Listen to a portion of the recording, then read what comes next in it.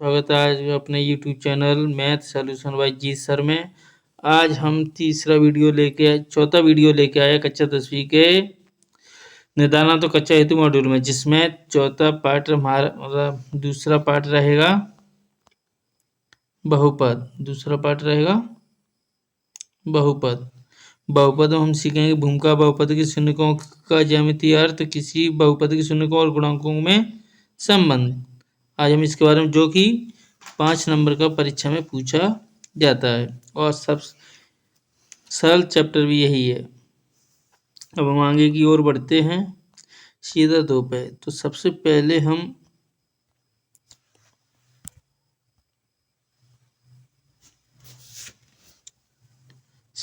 हम बहुपद के बारे में जानेंगे कि बहुपद क्या है। बहुपद, तो बहुपद में हम जानेंगे कि किसी बीजीय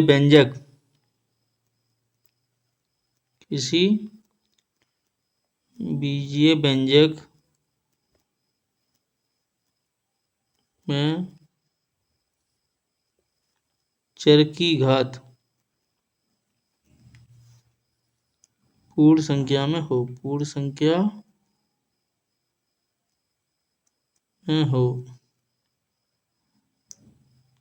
उसे हम बहुपद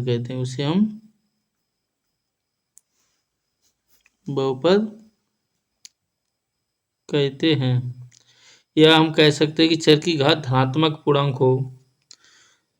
तो इससे हमें बहुपद के बारे में पता चल गया। तो हमें बहुपद की पहचान होनी चाहिए। जैसे उदाहरण के लिए 2x² + 3x + 5, इस तरीके से हम बहुपद को व्यक्त करते हैं, जिसका मूल रूप होता है, अगर द्विघात बहुपद की बात करें तो उसका मूल रूप होता है ax² + bx + c। तो हम अगर विकल्प वाले सवालों में आते हैं, तो पहला विकल्प दिया हुआ पहला सवाल है कि यदि द्विघात बहुपद ax² + bx + c के शून्य अल्फा और बीटा हो, तो अल्फा इंटू बीटा का मान होगा, यानी शून्यकों का गुणनफल का मान क्या होगा। तो इससे पहले हम इसके बारे में कुछ जान लेते हैं कि अगर बहुपद का ax² + bx + c है, तो शून्यंक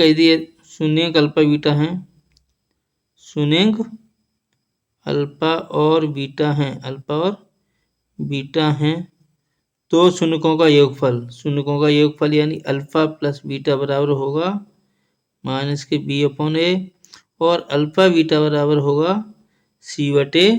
ये फॉर्मूला हमें दोनों याद रखने हैं। और यहाँ अगर बहुपद हम अच्छे से सीख गए, तो हमारे 4 अध्याय में द्विघात समीकरण में भी हमें सरलता होगी। तो हमने इसमें पूछा गया है कि अल्फा इंटू बीटा यानी शून्यकों का गुणनफल। और शून्यकों का गुणनफल पूछा गया है, तो शून्यकों का गुणनफल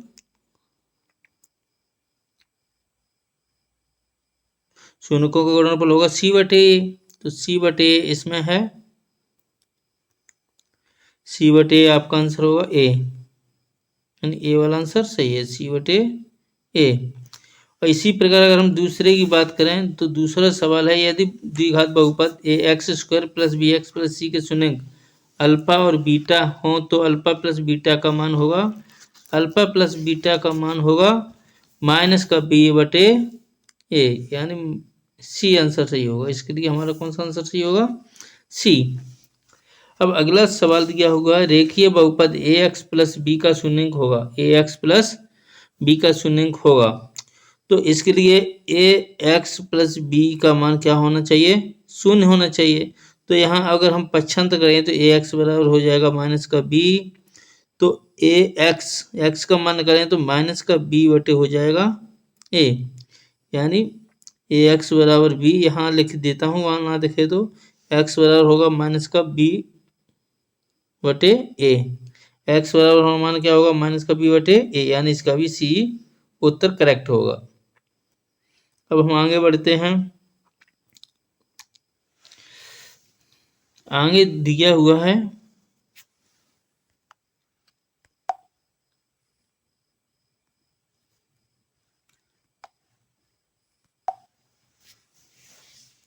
अब आगे दिया हुआ है एक्स स्क्वायर माइनस 3 के शून्य होंगे, तो तो एक्स स्क्वायर माइनस के शून्य होंगे, तो हम इसको थोड़ा जूम करके देख लेते हैं, इसमें इसे यहाँ हल करवाऊँ। तो एक्स स्क्वायर माइनस 3 के शून्य पूछा है, तो हम यदि बहुपद एक्स स्क्वायर माइनस 3 का मान शून्य है, तो एक्स स्क्वायर माइनस 3 बराबर 0 होगा, तो यहाँ पक्षांतर करेंगे तो x बराबर होगा माइनस का 3। जब दोनों पक्षों का वर्गमूल लेंगे तो इसका होगा प्लस माइनस का रूट का 3। तो हम लिख सकते हैं अतः बहुपद के शून्यंक, अतः बहुपद के शून्यंक एक बार प्लस में एक बार माइनस में √3 माइनस के √3 होंगे। इस तरीके से इसका आंसर हम ऐसे हल कर लेंगे। अब हमारा तो इसका ऑप्शन होगा ए, क्योंकि x के जो मान क्या एक बार प्लस में एक बार माइनस में, तो इसका ए ऑप्शन सही होगा। अब हम अगला सवाल की तरफ बढ़ते हैं, पांचवें पे। तो पांचवा सवाल दिया हुआ है बहुपद ax square plus 7x plus 7x plus 10 के शून्य होंगे। तो हमें एक ट्रिक इसमें अच्छे से याद रखनी है, अगर पूरा बहुपद प्लस में है, कहीं भी कोई माइनस नहीं, अगर पूरा प्लस में है तो इसके शून्यंक ऋणात्मक होंगे। इसके शून्यंक कैसे होंगे? दोनों शून्यंक ऋणात्मक होंगे। लेकिन इसे हल करना होता है, तो ऐसे सवालों को हल करने के लिए हम बताएंगे आपको हल कैसे करते हैं। X square plus 7x plus 10, तो यहाँ हमें पता करना है, यहाँ a का गुणांक 1 है, वहाँ यहाँ c का गुणांक 10 है। तो हमें ऐसे संख्या पता करना, और यहाँ प्लस है, तो हमें इससे पता चलेगा कि 10 के हम ऐसे गुणनखंड करें कि उन दोनों गुणनखंडों को जोड़ें तो 7 आए, और गुणा करें तो 10। तो हमने पाया कि 5 और 2 को हम अगर जोड़ेंगे तो 7 आएगा, 5 2 का गुणा करेंगे तो प्लस का 10 आएगा, प्लस 10। तो मैंने देखा, अब इसको हम थोड़ा ब्रैकेट को खोल लेते हैं, तो 5 का x से गुणा करेंगे 5x, 5 का 2 से गुणा करेंगे 2x और प्लस 10। हमारे पास दो जोड़ा के दो पद बना लेंगे, पद युग्म बनाएंगे, तो यहाँ से x कॉमन लेंगे तो यहाँ बचेगा हमारा x और यहाँ बचेगा 5, और यहाँ हम 2 कॉमन लेंगे तो यहाँ बचेगा x प्लस 2 का भाग 10 में देंगे तो 5, और x प्लस 5 जब हम कॉमन लेंगे तो यहाँ हमें मिलेगा x और यहाँ मिलेगा प्लस का 2। तो x प्लस 5 बराबर 0 होगा, या x प्लस 2 बराबर 0 होगा। तो यहाँ हम पाएंगे कि x बराबर हो जाएगा माइनस का 5, या x बराबर माइनस 2, x बराबर माइनस 2। तो हमारे जो शून्य हैं वो क्या होंगे? माइनस के 5 और माइनस के 2। तो इसमें हमारा ऑप्शन बी करेक्ट आंसर होगा। अब इसी प्रकार हम आगे एक सवाल पर बढ़ेंगे, 6वें नंबर पे। तो 6वें में हम देखते हैं बहुपद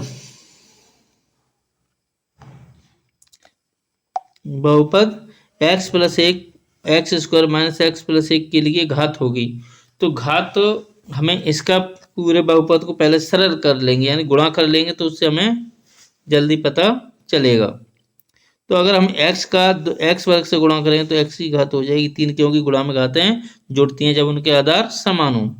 x का x से गुणा करेंगे, लेकिन x का माइनस x से गुणा करें तो यहाँ माइनस आएगा, x का x से गुणा करेंगे x वर्ग, और x का 1 से करेंगे तो x रहेगा। अब 1 का गुणा करेंगे तो यहाँ आएगा प्लस का x वर्ग माइनस x प्लस 1। अब हम इसे ज़्यादा हल नहीं करेंगे, हम इतने में ही पता कर सकते हैं कि इसमें सबसे बड़ी घात वाला चर की सबसे बड़ी घात कहाँ है? यहाँ है, x की घात 3, x की घात 3।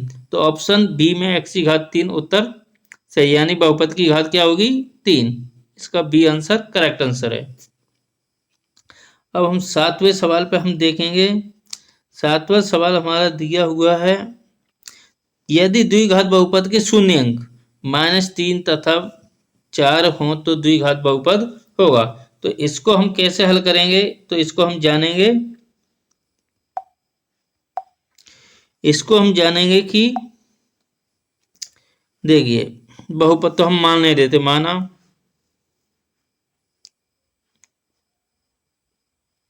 माना बहुपद के शून्यंक, माना बहुपद के शून्यंक अल्फा व बीटा है, अल्फा व बीटा है, तब अल्फा बराबर -3 होगा और बीटा बराबर 4 होगा। तो हमें एक सूत्र याद रखना है, अगर हम इसे अच्छे और जल्दी और कम समय में हल कर पाए तो x square minus alpha plus beta x और प्लस अल्फा बीटा। तो यहाँ हम पाएंगे एक्स स्क्वायर माइनस,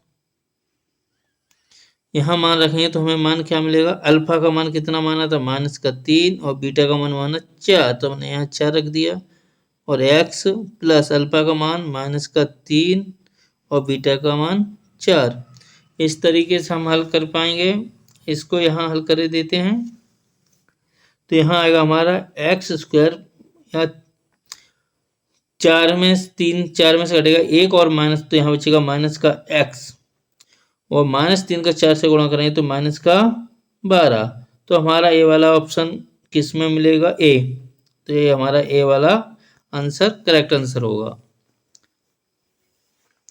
अब हम आगे बढ़ते हैं 8वें सवाल की ओर। तो 8वें सवाल की ओर हमें दिया गया है कि किसी बहुपद की कुल शून्यंक उस बहुपद के आरेख के निम्नलिखित पर प्रतिच्छेदन के कुल बिंदुओं की संख्या के बराबर होता है।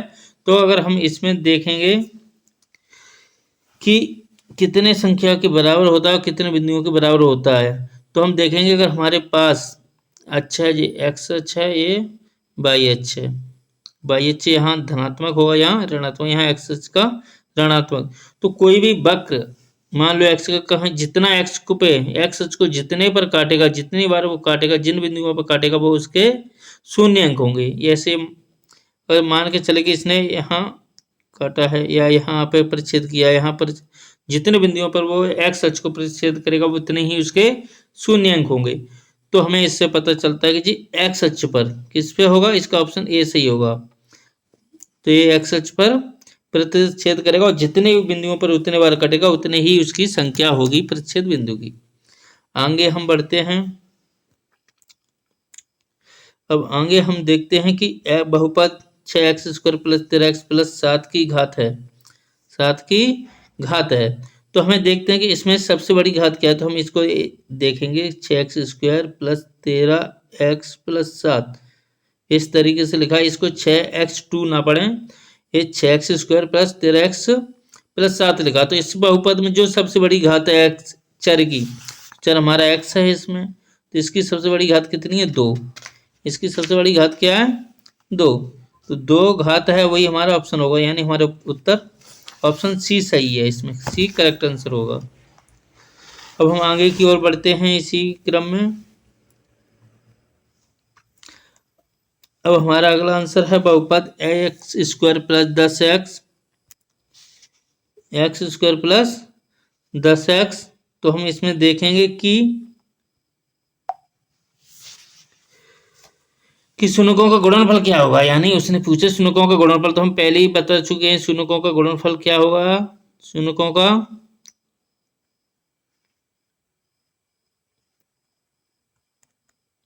गुणनफल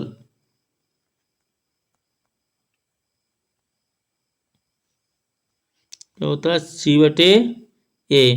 और इस समीकरण की तुलना अगर हम इसके मूल बहुपद के या मानक रूप के बहुपद से तुलना करें तो यहाँ हमें पता चलेगा a का मान होगा 1, b का मान होगा 10 और c का मान होगा 24। तो शून्यकों का गुणनफल पूछा है, तो गुणनफल ये होता है c/a, c/a। तो c का मान है यहाँ 24 और a का मान 1, तो इसका 24 उत्तर होगा, यानी 24 उत्तर है इसमें आपका सी, यानी सी ऑप्शन आपका सही होगा। अब हम इसी क्रम में आगे बढ़ेंगे।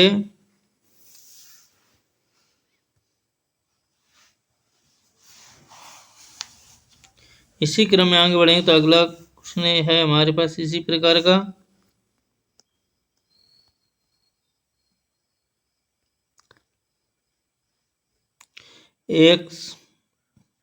X square minus 4x plus 1 के शून्यकों का योग।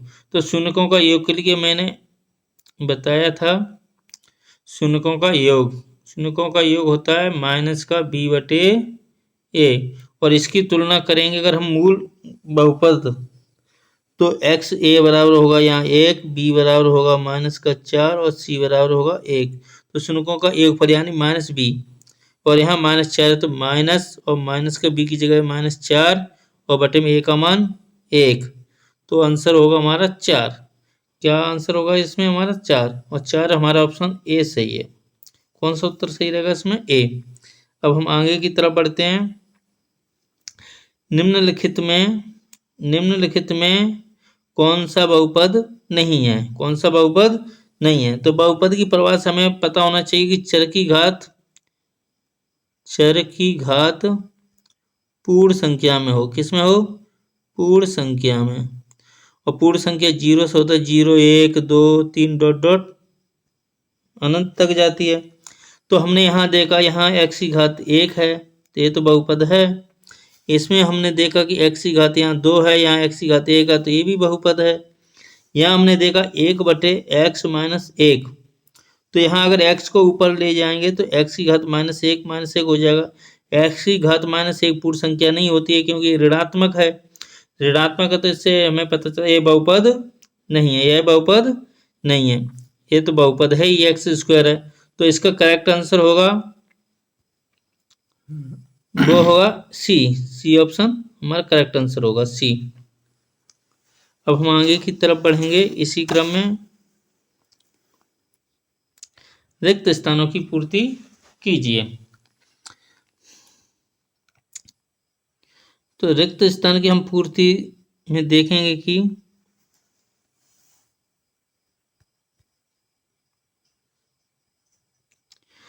रेखीय बहुपद ax प्लस बी का शून्य है। तो इसे हम पिछले विकल्प टाइप के प्रश्न में भी इस तरीके का एक सवाल था, तो हम देखेंगे कि ax प्लस बी बराबर क्या मान लेंगे? 0। तो ax बराबर हो जाएगा आपका माइनस बी, एक्स बराबर हो जाएगा माइनस के बी बटे ए, यानी यहाँ खाली स्थान में भरा जाएगा माइनस के बी बटे ए। और इसे खाली स्थान को लिखने के लिए हम लिखेंगे सीधा 1 और यहाँ लिख देंगे माइनस का बी बटे ए। अगला ऑप्शन है दो बहुपदों का गुणनफल एक बहुपदी होगा। दो बहुपदों का गुणनफल, अगर दो बहुपद का हम गुणा करेंगे तो उसका बहुपद जो आएगा वो एक बहुपदी ही होगा। तो यहाँ भरा जाएगा बहुपद।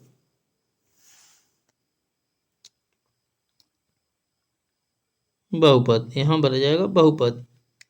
अब अगला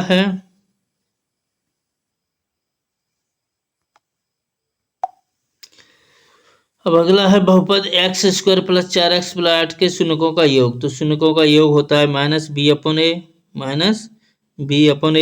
तो यहाँ तुलना अगर हम इसमें करेंगे तो a बराबर यहाँ आएगा हमारा 1, b बराबर आएगा 4 और c बराबर आएगा 8। तो b की जगह -4 हो जाएगा, a का मान 1। तो इसका आंसर भरा जाएगा -4। यहाँ क्या भरा जाएगा? माइनस का 4।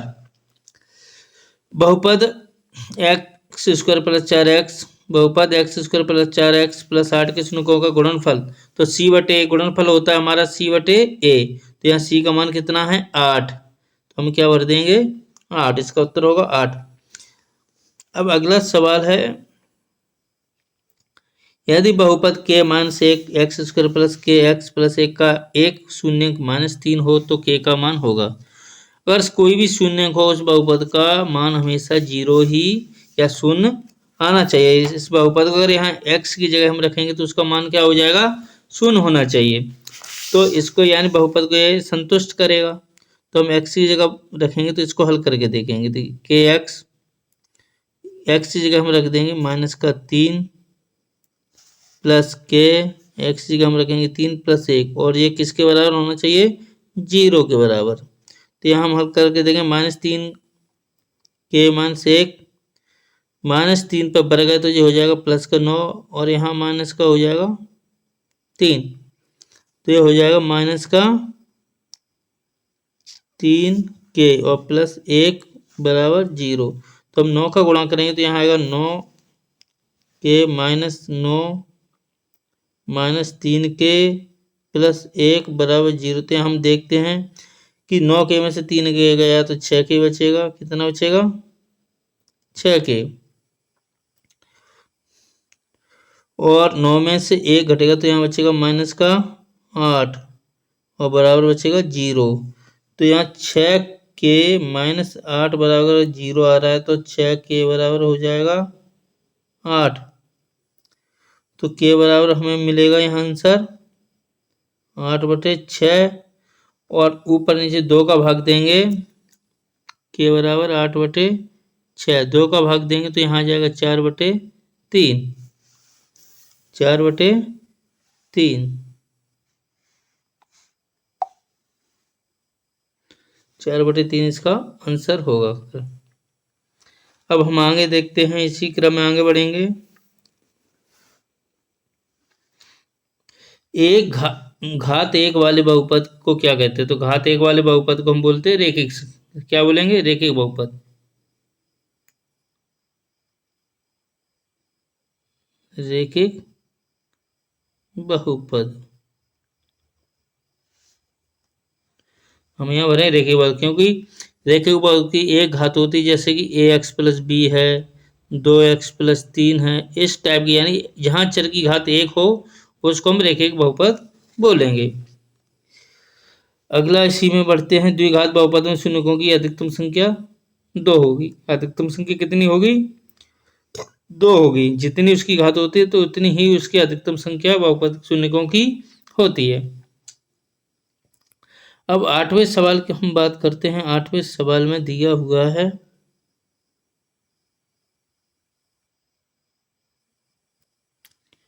आठवें सवाल में by Q minus 2y² minus √3y + 2 की घात, तो इसकी घात होगी, अधिकतम घात कितनी है? 3। तो इसका उत्तर क्या भरा जाएगा? 3। अब हम नाइन्थ में आते हैं। यदि a अल्फा और बीटा बहुपद 2x² + 5x - 10 के शून्य का हैं तो अल्फा बीटा का मान होगा। तो अल्फा बीटा का मान हम जानते हैं, अल्फा प्लस बीटा यानी शून्यकों का योगफल माइनस का b/a। तो हम इससे अगर तुलना करके देखेंगे मूल बहुपद से, तो ax + bx + c, तो यहाँ a का मान हमें 2 प्राप्त होगा, b का मान 5 और c का मान -10। तो यहाँ हम इसका मान रखेंगे b का, तो हो जाएगा -5 और a का मान 2, यानी यहाँ भरा जाएगा आपका -5/2। अब हम आगे की तरफ बढ़ते हैं। अब आता है सत्य असत्य। बीजीय व्यंजक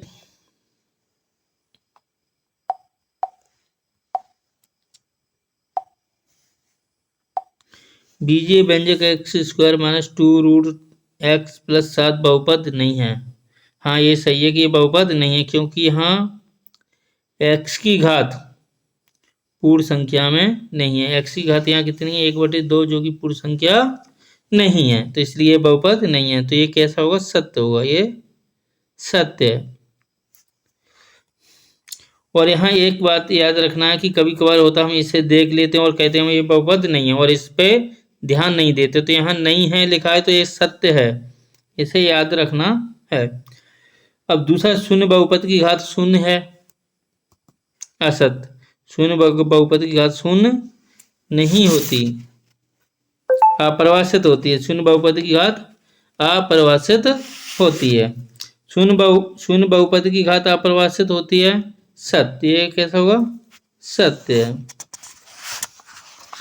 अब हम आगे की तरफ बढ़ेंगे। हाँ,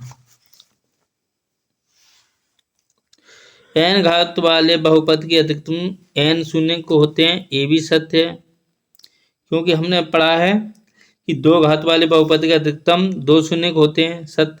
3 घात वाले बहुपद के अधिकतम 3 शून्य हो सकते हैं, सत्य। तो इसी प्रकार क्रम में बढ़ते जाएं तो n घात वाले बहुपद के अधिकतम n शून्य हो सकते हैं, तो इसे हम क्या कहेंगे?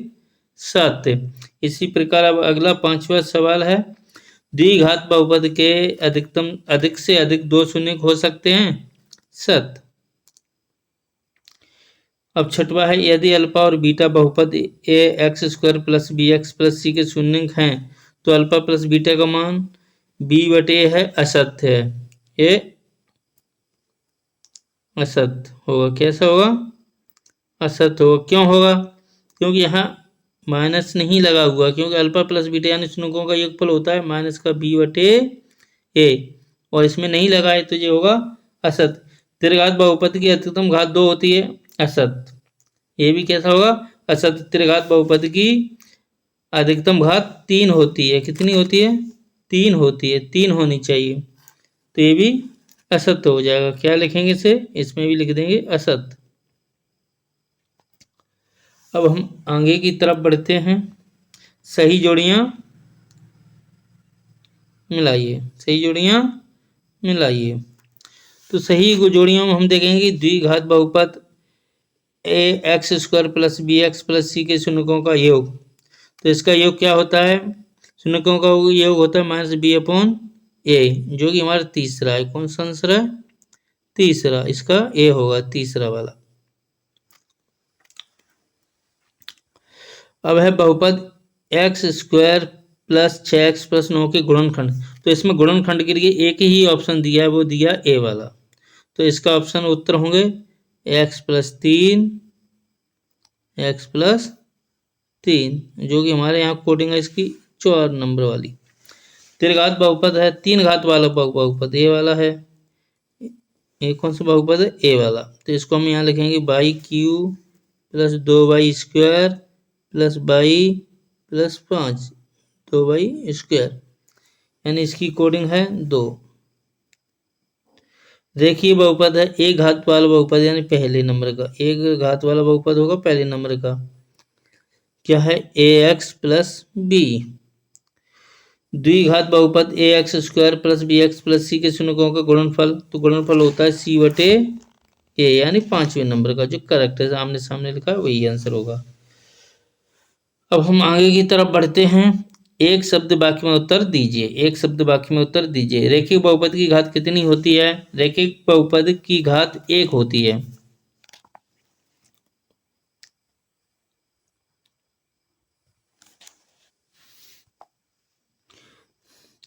रेखिक बहुपद की घात कितनी होती है? 1। कितनी होती है? 1। चाहे तो हम ऐसे भी लिख सकते हैं, रेखिक बहुपद की घात 1 होती है। एक वाक्य में भी या एक शब्द में भी लिख सकते हैं 1।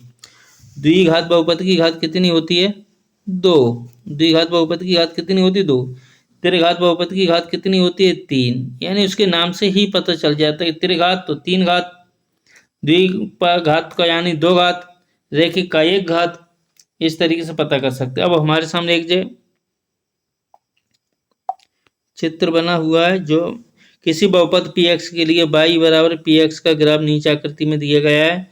px के शून्यकों की संख्या ज्ञात कीजिए। तो हमें x अक्ष को ये वक्र बना हुआ है, ये कितने बिंदु पर काटता है, हमें ये ध्यान रखना है। x अक्ष पर ये वक्र बना हुआ है, ये कितने बिंदु पर काटता है? तो एक तो यह इस बिंदु पर काट रहा है, थोड़ा इसे लाल कर लो जिससे सही दिखे।